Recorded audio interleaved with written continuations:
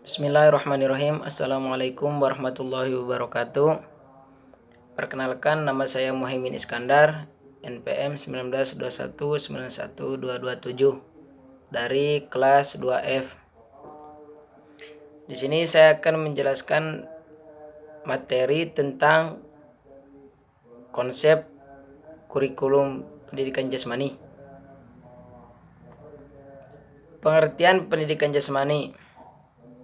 Pendidikan jasmani adalah salah satu mata pelajaran di sekolah yang merupakan media pendorong perkembangan keterampilan motorik, kemampuan fisik, pengetahuan, sikap sportivitas, pembiasan pola hidup sehat, dan pembentukan karakter atau mental, emosional, spiritual, dan sosial dalam rangka mencapai tujuan sistem pendidikan nasional.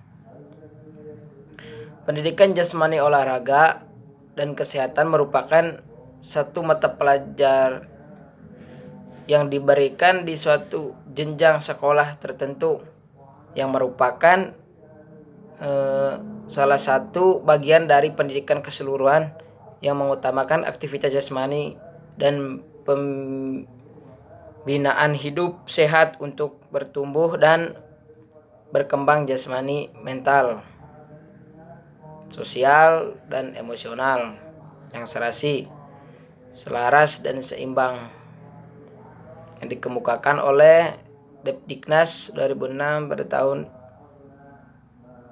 2006.2 hiji tilu hiji. Menurut Mulyanto pada tahun 2014-34, pendidikan jasmani adalah proses belajar untuk bergerak dan belajar melalui gerak. Ciri dari pendidikan jasmani adalah belajar melalui pengalaman gerak untuk mencapai tujuan pengajaran melalui pelaksanaan aktivitas jasmani, bermain, dan olahraga. Asumsi dasar program pendidikan jasmani. Setiap upaya pengembangan kurikulum sudah tertentu dilandasi oleh perspektif filosofis yang biasanya memuat asumsi dasar tentang masyarakat, manusia, dan pendidikan. Dalam perspektif filosofis tersebut terkandung harapan, gagasan, nilai-nilai, serta kepercayaan masyarakat yang memberikan arah dan kerangka untuk merencanakan suatu kurikulum. Oleh para ahli, perspektif filosofis tersebut lebih sering disebut nilai acuan atau value orientation. Dalam wilayah pendidikan jasmani, perspektif kurikulum yang selama ini berhasil diidentifikasi oleh disciplinary mastery, self actualization, perspektif social reconstruction, perspektif learning process, perspektif dan ecological integration perspektif. Penguasaan bidang studi atau disciplinary mastery menekankan penguasaan isi dari bidang studinya, sehingga prioritas ditekankan pada isi bidang studi. Karena itu penganut aliran ini percaya bahwa penguasaan isi bidang studi merupakan indikator keberhasilan suatu sekolah. Ada karakteristik program pendidikan jasmani. Tepat dua pedoman dalam melaksanakan program pendidikan jasmani, yaitu ada developmentally dan developmentally appropriate practice atau DAP, dan instructionally appropriate practice IAP. Developmentally appropriate practice atau DAP yang tadi maksudnya adalah tugas ajar yang dapat memperhatikan perubahan kemampuan anak dan tugas ajar yang dapat membantu mendorong perubahan tersebut. Harus sesuai dengan tingkat perkembangan anak. didik yang sedang belajar. Tugas ajar yang sesuai ini harus mampu mengkomodasi setiap perubahan yang lebih baik. Dan B tadi instruktionally appropriate practice IAP, maksudnya adalah tugas ajar yang diberikan diketahui merupakan cara-cara pembelajaran yang paling baik. Cara pembelajaran tersebut merupakan hasil penelitian yang pengalaman yang memadai yang memungkinkan semua anak didik memperoleh kesempatan dan keberhasilan belajar secara optimal. Dan ada ruang lingkup materi pendidikan jasmani. Badan Standar Nasional Pendidikan pada 2006 halaman 2 menyebutkan bahwa ruang lingkup mata pelajaran pendidikan jasmani, olahraga, dan kesehatan meliputi beberapa aspek sebagai berikut. Yang pertama ada permainan dan olahraga. Untuk permainan dan olahraga ini mencakup olahraga tradisional, permainan eksplorasi, gerak, keterampilan lokomotor dan non-lokomotor, manipulatif, atletik, kasti, rounders, kippers, sepak bola, bola basket, bola voli, tenis meja, tenis lapangan, bulu tangkis, dan bela diri, serta aktivitas lainnya. Yang kedua ada aktivitas pengembangan diri. Untuk aktivitas pengembangan diri terdiri dari mekanika sikap tubuh, komponen kebugaran jasmani,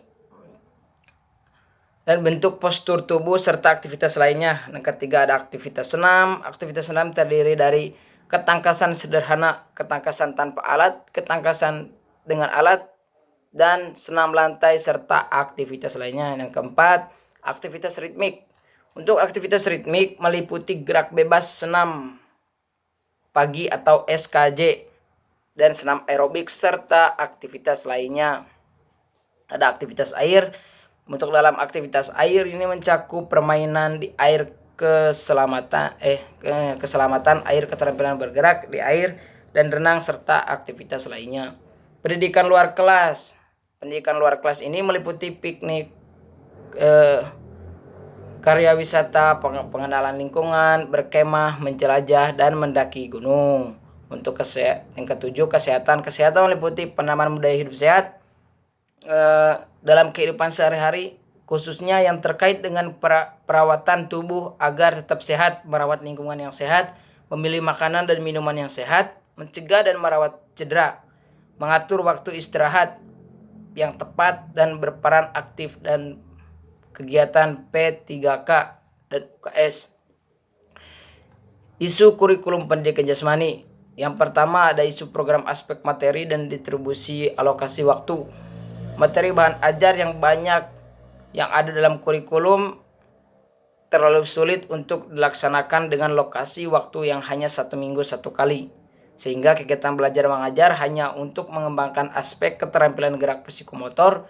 Guru memaksa diri mengajar olahraga, berpegang teguh pada penguasaan keterampilan olahraga, kurang memperhatikan tujuan pembelajaran yang bersifat efeksi, kurang menyadari bahwa olahraga merupakan media untuk mencapai tujuan pendidikan pada umumnya, kurang memperhatikan aspek gerak dasar siswa.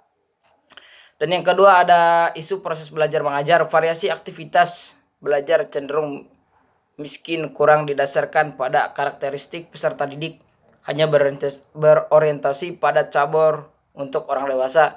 Aktivitas penjas. Untuk siswa cenderung terbatas aktivitas penjas yang dilakukan, siswa kurang membantu siswa memahami. Untuk kesimpulannya itu pendidikan jasmani adalah salah satu mata pelajaran sekolah yang merupakan media pendorong perkembangan keterampilan motorik, kemampuan fisik. Jadi dari kesimpulan pendidikan jasmani yang berada di sekolah ini sebenarnya sangat maju.